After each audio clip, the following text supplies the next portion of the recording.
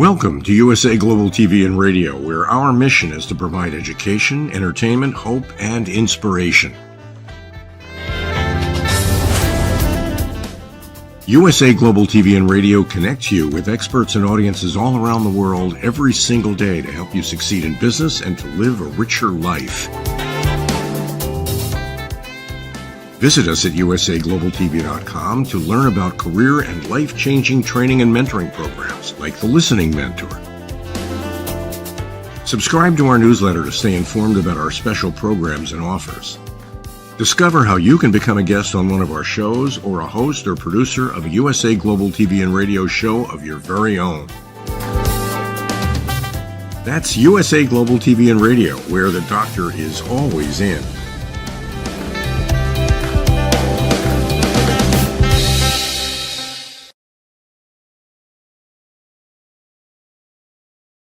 Hello, everyone. Good evening, good morning, good afternoon. Happy Thursday, happy Friday. We are so thrilled to have our global audience here at USA Global TV and Radio, where we provide world-class education, inspiration, and hope.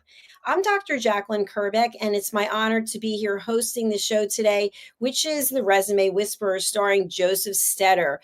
Joseph has helped over 11,000 people find gainful employment. He is truly the most expert we have ever had on this show, on this platform, I should say, when it comes to giving advice about how to up your game when it comes to interviewing, when it comes to changing careers, when it comes to getting what it is that you want from your employer. Let's welcome him to the show. He's joining us today from Canada. Hello. Hello. Again, I apologize for my appearance. I'm recovering from shoulder surgery, so you'll have to bear with me a little bit. It's your show. You can dress any way you want. So there. Well, we're excited to have a guest today that's going to bring a different perspective and, kind of see his experiences and his perspectives from a perspective of working in HR, climbing the corporate ladder, to also now kind of offering mindset coaching. And the idea that, as I've mentioned in several episodes, by no means am I the only experts out there. I've had my experiences. I've collected my knowledge a certain way, and every person has their own. And when it comes to helping you land your dream job, it's very important that you find somebody that you can work with, whether you relate to them because they are identify as the same gender as you, whether it's the same cultural background as you, whether they've worked for certain companies that you want to work with. There isn't one right coach, because at the end of the day, it's personality, and it's about how the tips and the tools that are being given to you are applied, right? At the end of the day, part of the way that I do things, some people like it, some people don't, and that's okay. It's not for everybody. And myself and our guest today are here to serve, are here to make sure that you have various ways of learning and maximizing your job search, and kind of being a valuable asset to a company. So let's welcome Rahul Sharma.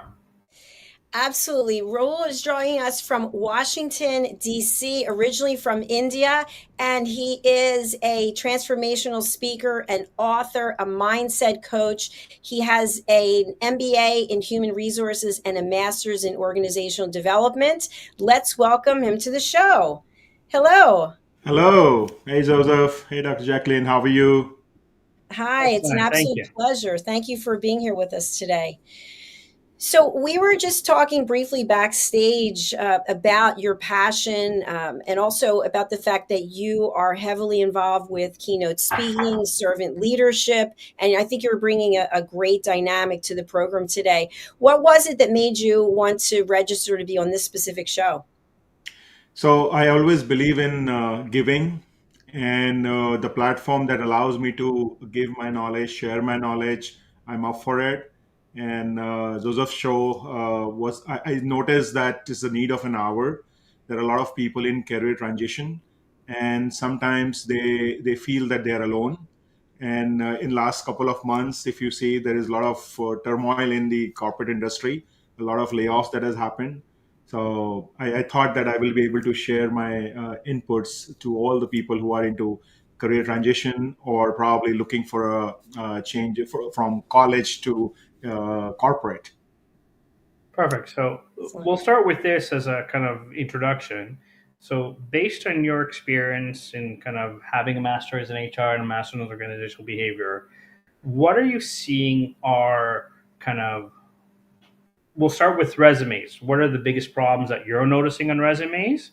And then we'll get into the interviews and kind of where you're noticing differences in people. And I'll chime in after you if that's okay, Rahul. Go ahead. Sure, sure. So one of the things that I noticed that the resume, the way we write resume, most of us are not resume writer, and it's important for them to either take assistance or take help from someone who is an expert there. What I see is we do not mention our experience in a way that would be applicable to the job. Most of the time we have a very stereotyped resume, and then we just randomly post those resumes to all the jobs, whereas it's important for job seeker to customize their resume to a specific job. Let's say there is a job which is looking for 3 to 4 skills that you have experience in. You will need to customize your profile to showcase that particular skill set on your resume, and that's where I see some challenges. And the way we mention our accomplishments, our great things that we have done, can also is an area of improvement for many. So that's something I've seen in my experience, Joseph. That I want to kind of follow up questions because I've spoken about this and Dr. Jocelyn has, as part of that. So the first is, are you a fan of like what I call cookie cutter resume, which is chronological or functional? Or do you think that semi functional is now the new standard or should be the new standard? And second of all, do you find in your experience that people list or quantify their technical skills enough? Or do they focus on the kind of what I call fluffy information, like saying that they're hardworking, dedicated, committed team player with excellent communication skills? So I'm not a big fan of a cookie cutter approach Okay. for resume. Mentioning about the skills, I see that people mention skills for just like when you go to a restaurant, you see a bunch of things on their menu. But there are certain restaurants which are very very specific. They only serve few things. So as a human being, we cannot be master of all. We need to focus on the skills that we really have experience and we really have that expertise. The big thing which I see missing is the personal skills or human skills. Today, in the era of digital technology, where or the era where we are seeing a lot of people quitting on their job, it's so important for our leaders to have that empathy, those human skills, which can help them to engage their employees in a better way. So I do see that as a missing piece, and we do not put a lot of emphasis on learning on those skills. A lot of emphasis is given on the technical skills, and that's where we see the functional skills, technical skills more on the resume versus the human skills. I agree with you. I think that part of the problem is that unless there's companies that understand the importance of personality or psychometrics characteristics assessments, it becomes kind of an exercise in futility almost to measure your level of empathy unless you're a good storyteller and you can share an example that demonstrates, because anybody can say that they're empathetic, but there's empathetic and there's empathetic. There are certain standards that, having worked, let's say, in a call center, you want to say the customer's name at least 3 or 4 times in a call. You want to, stay calm and kind of follow a certain process, but it's very hard on a resume, at least to measure. The other problem that I find, and since you've worked in HR and kind of educational background, is that most of the applicant tracking systems aren't coded or aren't designed to measure some of the soft skills. So people have to populate the technical skills in order to at least be seen or be noticed in the algorithms, kind of thing, right? So Absolutely. Yeah, I agree. I think the applicant tracking system is not designed for that at the moment. And they just see those must have skills that is there on the job description. If they are there, that's where they go to the next level. So I agree. It is a little challenging for the ATS to review that. But at the same time, the person who is reviewing the resume, if there is a human who is reviewing the resume, which at the end of the day they do, that will really be a differentiator for many of us. right, but unfortunately, a lot of the resume reviewers kind of scan for the keywords the same. They're not necessarily reading. So why don't you share with us, like, the best and the worst in terms of both either a resume or interview that you've had your own experience with, in terms of candidates that you've interviewed, where you're like, wow, this person impressed me, and tell me why they impressed you so much.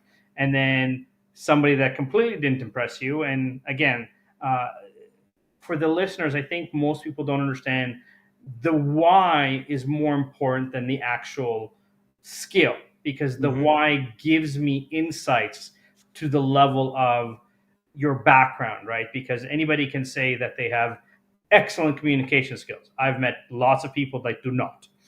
So please share with us a story or two, because I've definitely said very similar things in previous shows. So your thoughts, Rahul. Sure. So, from a resume perspective, what some of the things that have wowed me is the simplicity and the number of pages. I mean, I'm not a big fan of five page or 6 page resume. 2 pages enough, and the simplicity in which they have explained their skill set, they have explained what they have done in that profile. That is what has impressed me. From a interview perspective, and before I move there, the other aspect also is your first resume that you will build may not be the best resume. So probably when you go through some experience by giving few interviews, you take inputs from the interviewers or critiques from some expert, you will be able to improvise on your resume as you move forward in the process of job hunting. From the interview perspective, I see that a lot of us, we do not do preparation for the interview. And what I mean by preparation is doing some mock interviews so that you are prepared for how your response are being viewed, or how fluently they are coming out from you. That is number one. Number two, I have seen people who are giving response to the point rather than beating around the bush. They do better job. Someone who is very, very concise in the response and really listening to the question. At times, the question is A and the response is B. So we need to do a better job in doing attentive listening so that we really respond to the question that has been asked by the interviewer. The other thing in the interviews, I have seen many a times that the interviewers, they do not research their employers. They do not know much about the company. And this is my sincere request that research your employer. If you are able to know the name of the interviewer, know about them, look at their LinkedIn profile, so that you can find some common things. You can connect. You can talk about some of the things that you have seen on their LinkedIn profile, or probably any other places where you have done your research at. Other thing which I see is we are not prepared for the question that, do you have any questions for us? And many a times we just say no questions. And actually, that is the right opportunity for us to really ask some great questions about the culture, about the environment, about the growth prospects, rather than just limiting us to respond to the question for that particular job. So Okay. those are some of my inputs. 100% agree with you. So, as an seasoned interviewer, what is one of your favorite questions to ask a candidate to kind of get a great sense of who they are? And what is a question that you want a candidate to ask you at the end of the interview? So one of my favorite question is, I ask them that tell, if you have to call three people that love you the most, and you ask them the question that what areas of improvement you have, what they will tell you. Okay. So that is one of my favorite question. The question that I would that probably most of the that I would love to hear from the interviewees would be about the environment. What is the work environment? What is the work culture? How I will be able to thrive in this environment?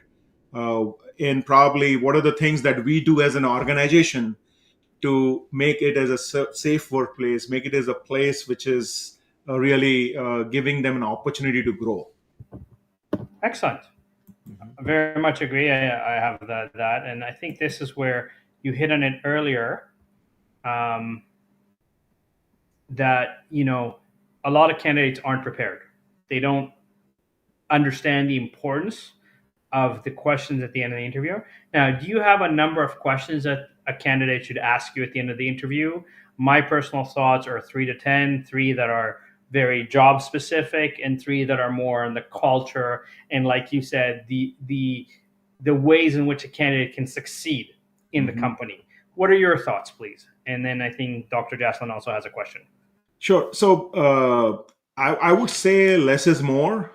So you ask maybe 1 or 2 questions that will really make your decision go or no go for that employer, because you may not get multiple opportunities to ask that individual. And if that person is the one with whom you would be working, you really need to understand their style, or what is their preferred way of engaging with new people. So I would say less is more when it comes to asking question with your interviewers. Perfect. And Dr. JACALYN, did you have a question as well? Yes, thank you. I just read an article yesterday about Gen Z. A number of Gen Zs were interviewed, and they said that they learn more from robots than they do from their bosses. So my question is, when you have a generation that's been completely raised on technology, they're not used to that interaction with humans. And so how would you coach a Gen Z for an interview when they're going to be dealing with a human as opposed to a device? Yeah, great question. I think this is one of the challenge that we are seeing. But at the end of the day, I believe that an organization is built up of people. And interaction with people is very, very critical. Yes, they can learn from robots, but robots are still not empathetic. They are not able to understand the cultural aspect, nuances of that. So I would say is, instead of a Gen Z, it is more a learning curve for leaders like us to create an environment where you are giving an opportunity to Gen Zs to engage with you. I think we have to do a better job as leaders to create that environment and understand from their perspective.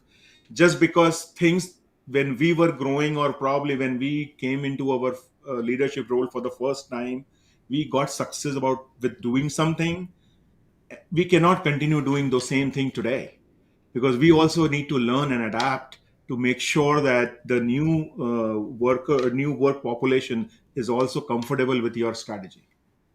And Thank I'm you. just going to add to that, again, Dr. Jocelyn, I agree with Rahul that this was a fantastic question.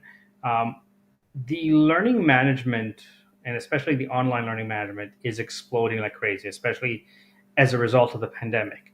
And so what's happening right now is there are 5 generations that are working together that each have different communication style, and I'll even argue different learning styles, because you know, yes, AI can teach you a lot of things, but as much as AI can, let's say, write a resume, AI will never personalize your story, and AI will never personalize your personality.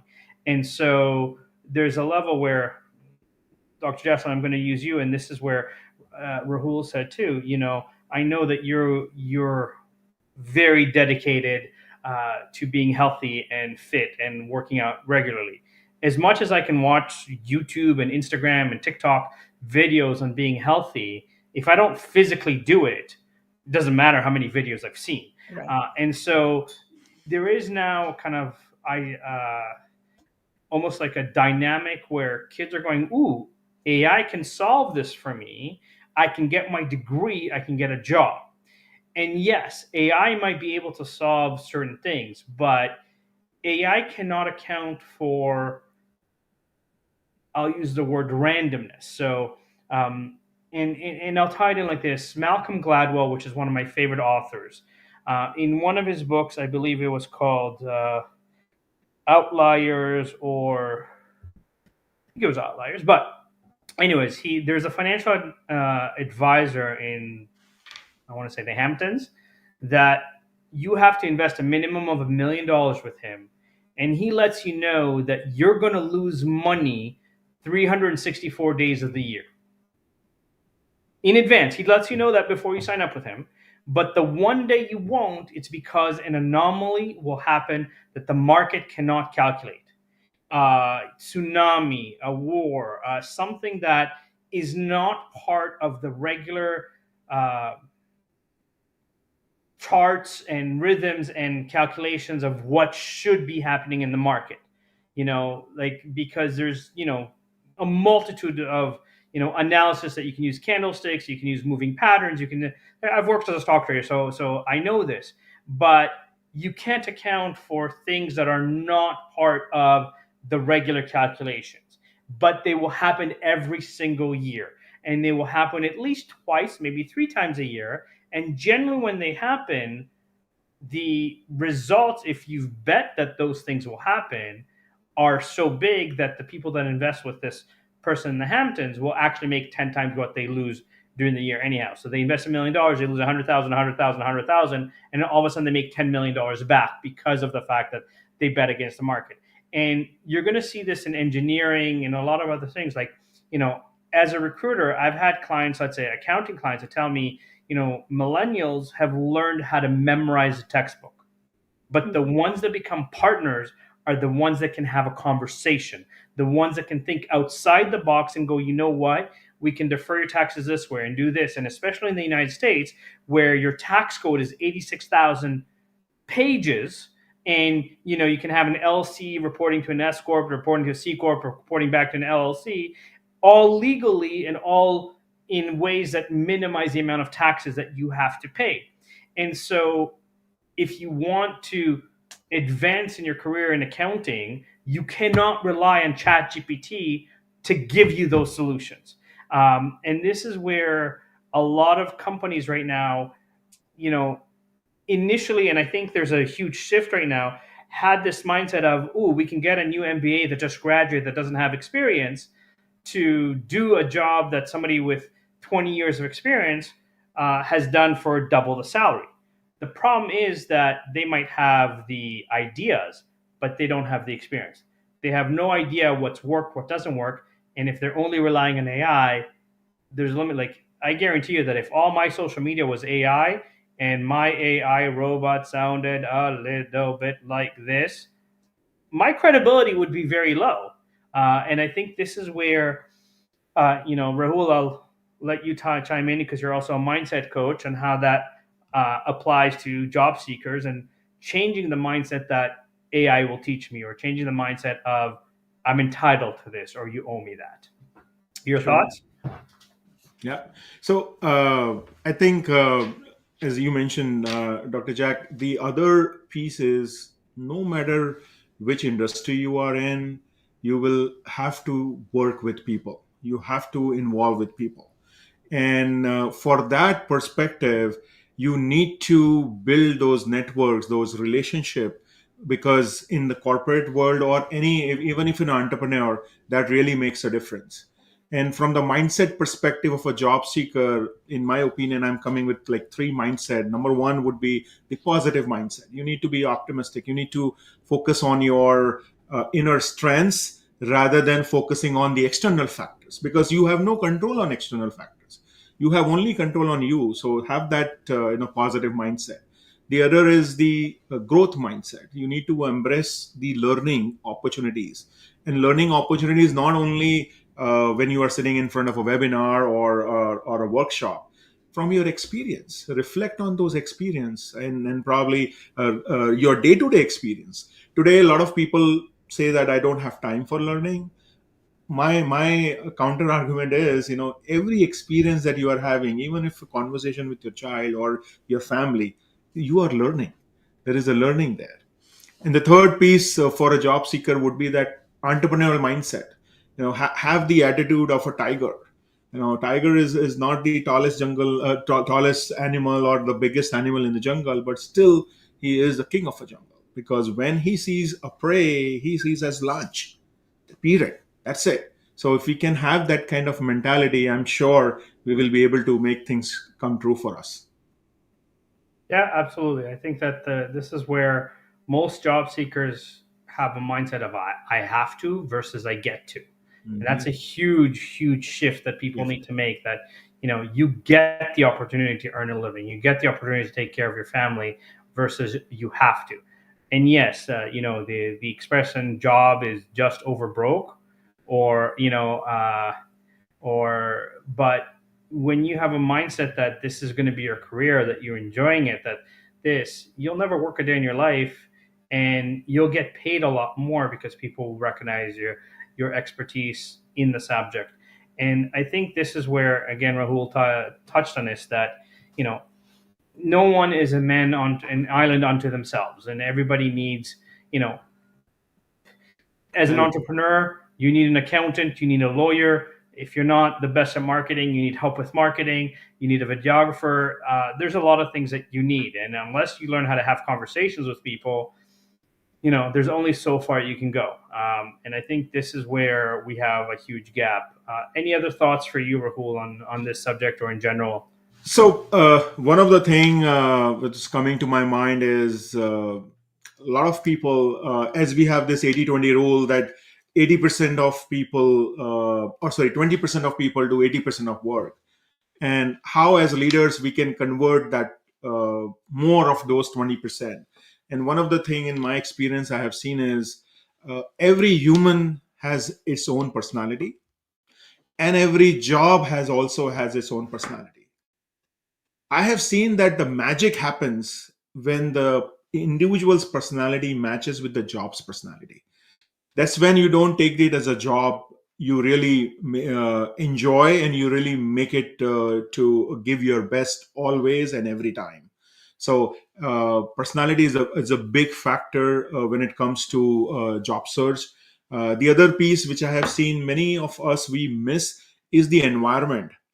Let's say if you're moving from one organization to another. Let's say you're working for IBM. Now IBM is known for a very process oriented, very structured.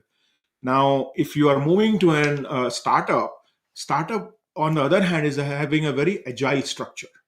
So if you have been successful in a structured environment, that does not necessarily mean that you will also become successful in an agile environment. So you need to analyze yourself that whether you are the right fit for the job or not, with the help of the environment of their new industry or new domain or a new employer.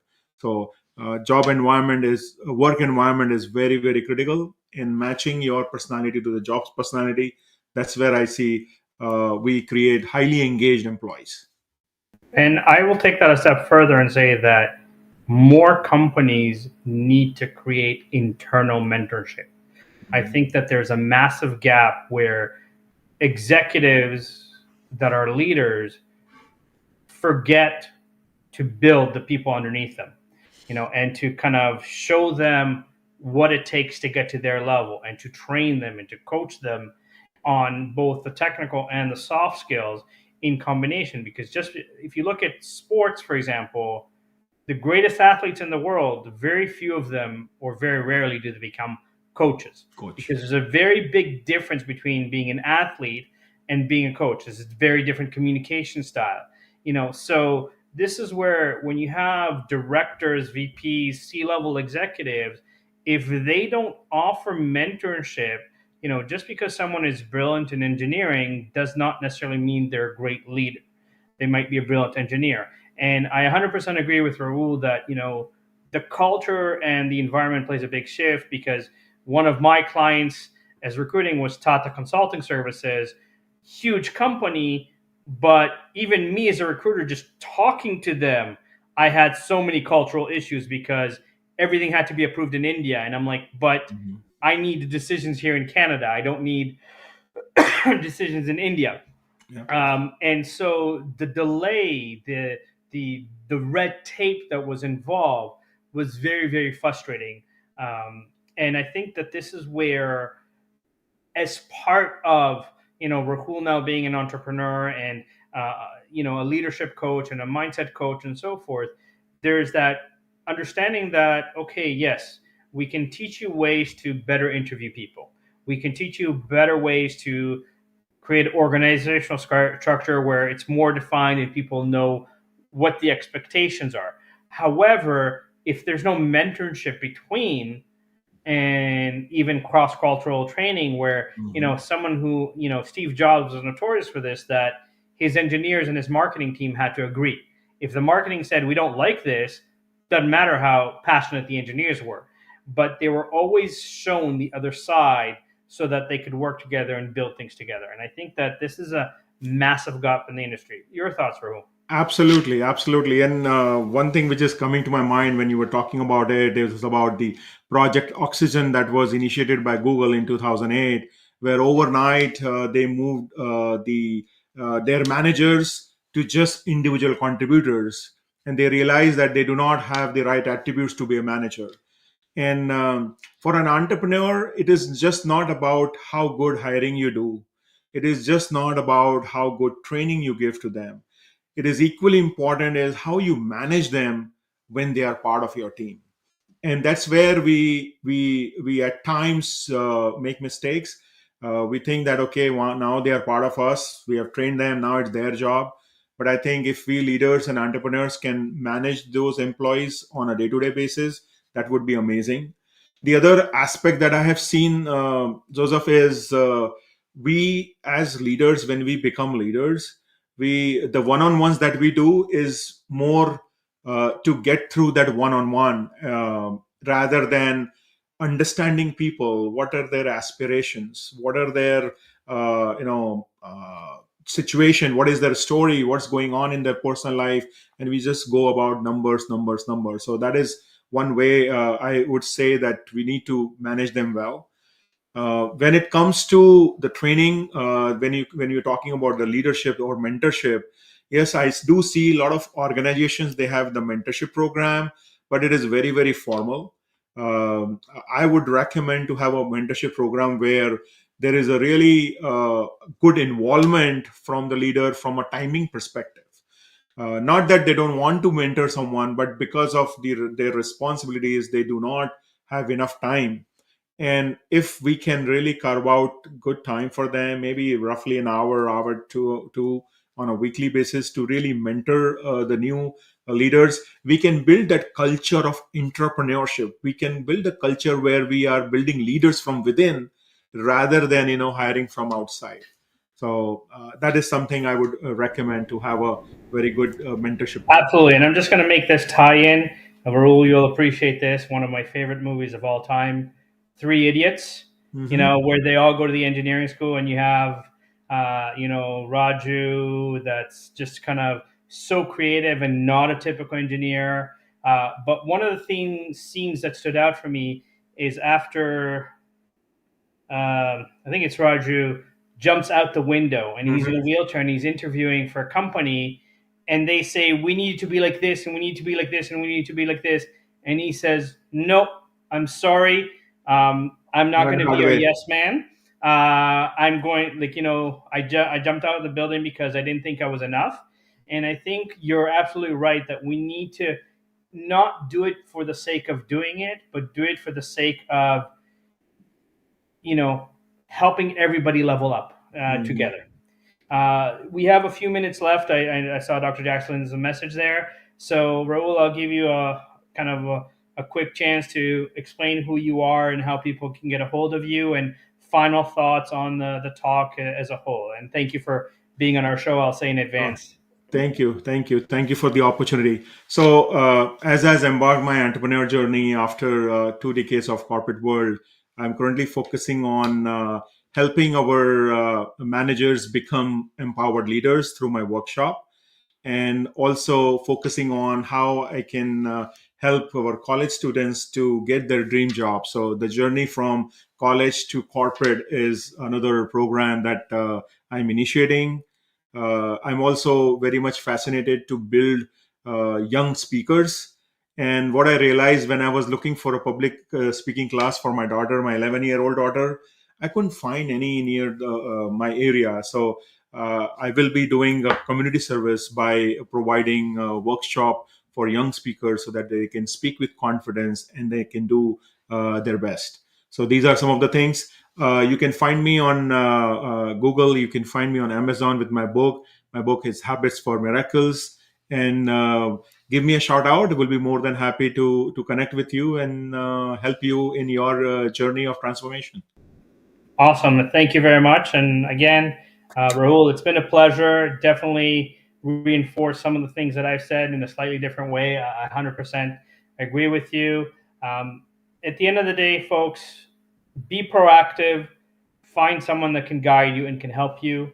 And, there's plenty of experts there. Make sure it's the right expert for you. Ask them a few questions to make sure that they can understand you, they understand your background, they have experience with you.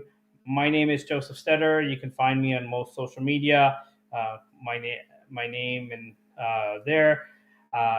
But again, it's that what we've been saying all along. Don't do it by yourself. Get help, get support. There's plenty of resources for you, and AI is not the only tool for you. Dr. JACALYN, any thoughts for you before we're done? I just really appreciate the fact that we had two people here who just want to help others by providing expertise. And Joseph, I know this is just the way that you live your life, and I'm so thrilled that Rahul found us. And I look forward to having more interviews with him.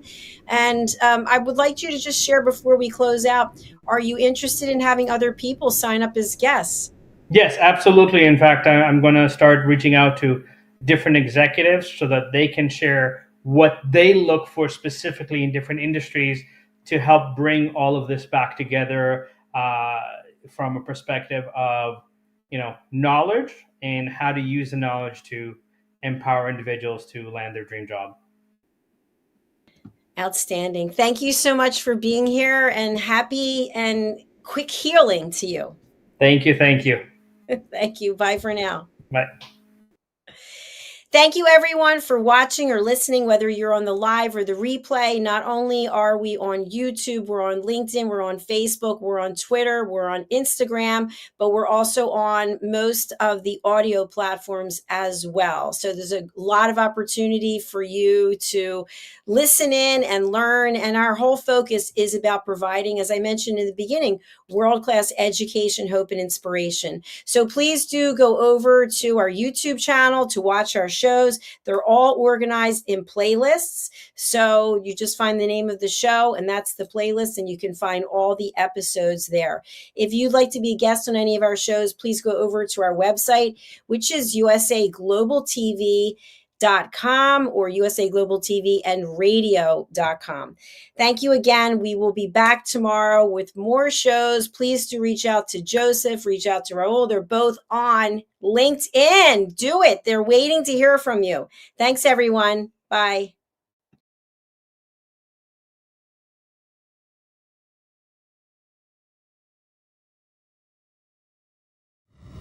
The last few days have been really amazing. I had a trainer course from the British School of Etiquette. And I must say it's been one of the best decisions I've ever made and one of the best investments I've made in my own training and development.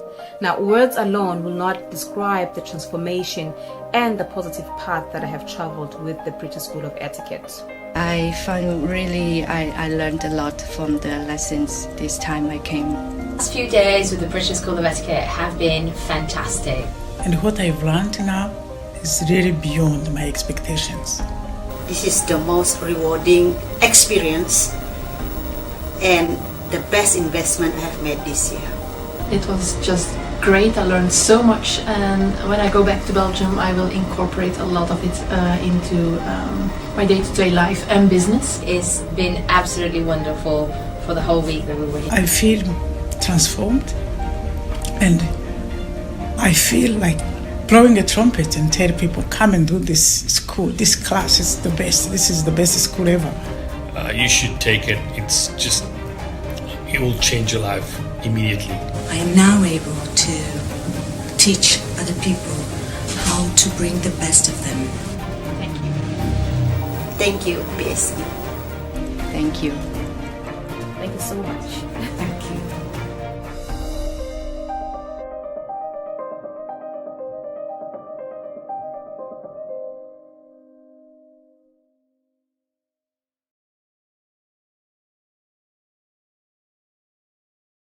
Fostering better personal and professional relationships. Module 8, Mastery in Dining Etiquette. Building your confidence to perfect the subtleties of dining with finesse, enhancing your social savviness at any table. Step into the Polished Professional program where poise, elegance, and excellence aren't just taught, they're instilled for life. Join us to redefine your potential and polish your professional edge. To learn more, go to thebritishschoolofexcellence.com. The British School of Excellence are investors in people. Let us invest in you.